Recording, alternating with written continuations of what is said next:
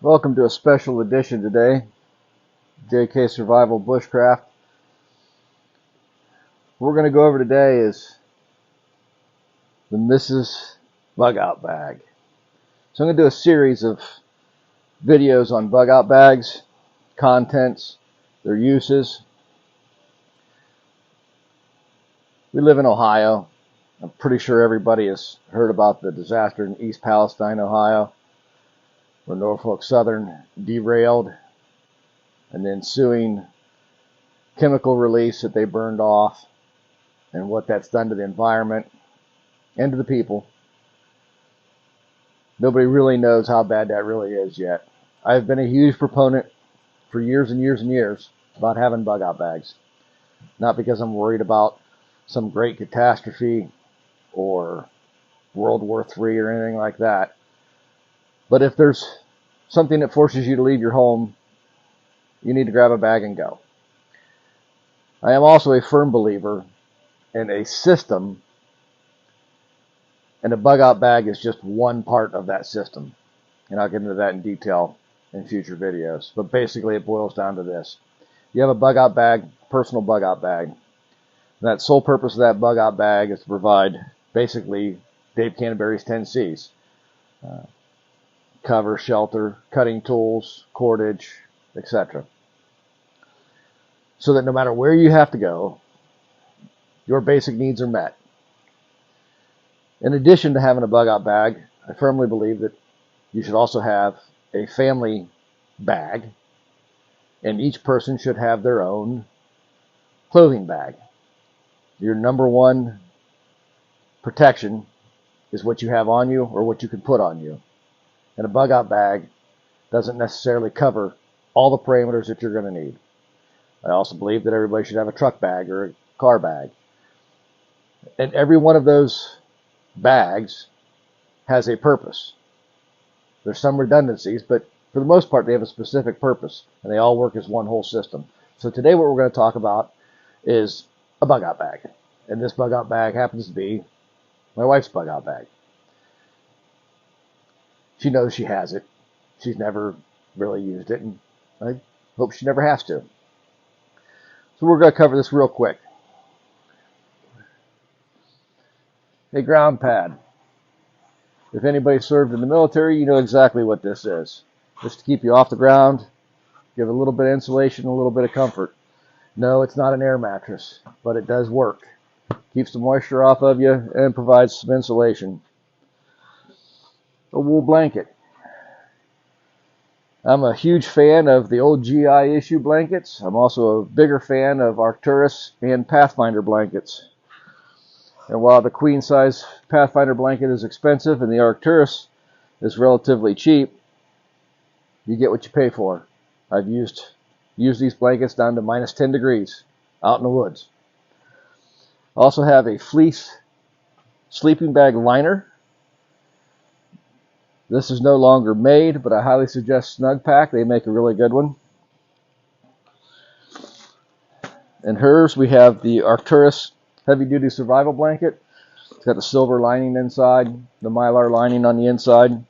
One thing I'll say about these quote-unquote heavy-duty survival blankets, they are not a tent.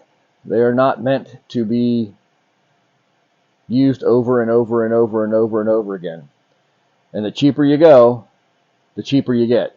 It's not a flimsy mylar blanket that you wrap yourself up into that costs $1.99. These are actually basically tarps with a mylar lining. Arcturus is okay. They're not the greatest. The best one I've used so far is Self-Reliance Outfitters Pathfinder blanket, or survival blanket. And even that, you need to reinforce it. Duct tape the corners, the edges. I've got one that I've used for 5 years.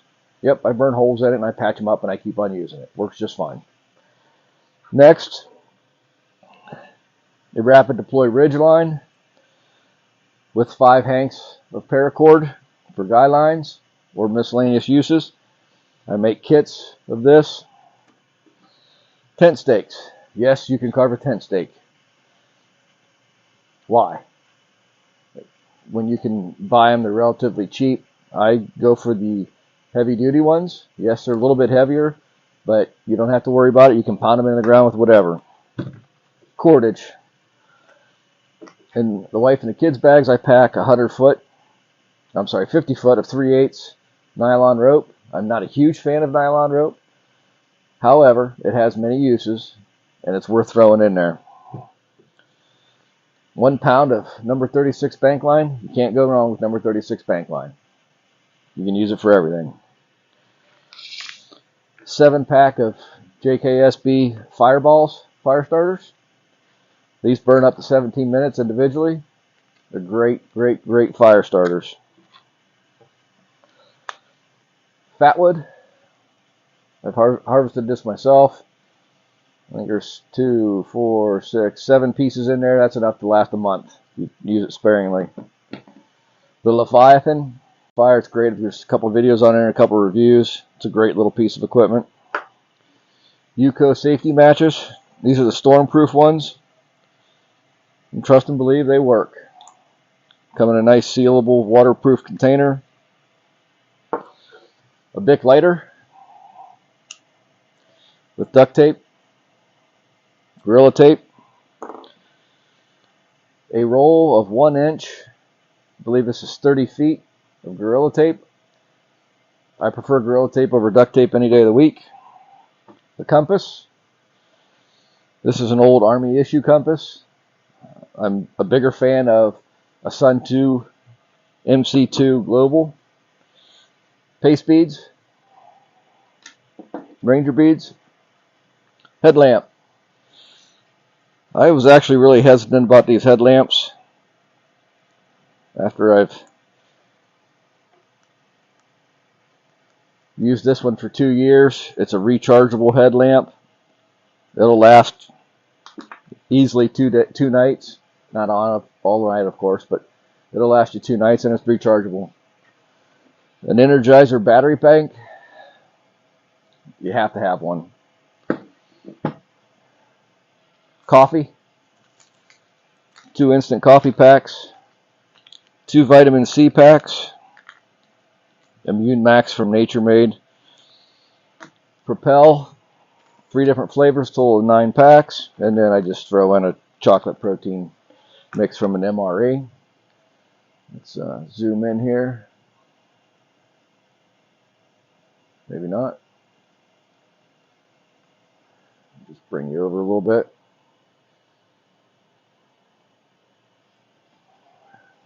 I'll pop around the other side here. SOS, emergency rations, 3,600 calories, 3-day supply, necessities. An MRE, just because it's quick, you don't have to heat it up to eat it. That's preferred, trust me. But it's quick and easy. A handkerchief or schmog. I prefer a schmog. Safety glasses. Grail ultralight. And an extra filter. Pathfinder School. I believe it's a 32 ounce with nesting cup. Lid.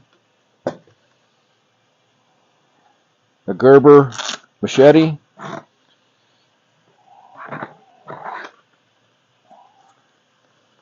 A Mora Bushcraft survival knife. This is the carbon version. A small pocket knife. I would prefer a Swiss Army Ranger, but trying to cut a little bit of weight down. A homemade first aid kit. It has antibacterial wipes, gloves, antiseptic wipes, band-aids, first aid cream, Dayquil, NyQuil, decongestant, antidiarrhea, sponges, gauze, scissors, various bandages, taxiderm, tape, paper pencil, and ace wrap. Off bug spray. Can't go wrong with that.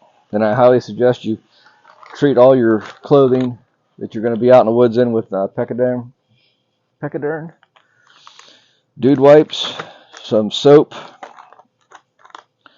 2 7mm 55-gallon drum liners. This is an assorted kit that I made up years ago. It has basically some cheap nylon rope, tape, snare wire, steel wool, a lighter, matches, cotton ball, spare batteries, a little mini mag light, chapstick, assorted swivels, fish line 20 pounds, 20-pound test, a bunch of different hooks, sinkers, float, jig bodies, jigs, a candle, a Write in the Rain notebook, waterproof pens and pencils, and a 3M 6300 half face respirator. All of this goes into a Falco Tactical 3-day pack. This pack has 4 compartments up front, 2 smaller ones, 2 medium-sized ones, big zippers. You open it up, it's got a mesh liner here, another pocket here. This goes all the way down, and then another big zipper with a zippered mesh bag right here, an open mesh bag, and then on the backs, on the very back on the inside, another pocket. Oh, the one thing I forgot to show is a 3-liter water bag. All of that goes into that bag. I've got to weigh it yet. I'll edit this video and put in the weight.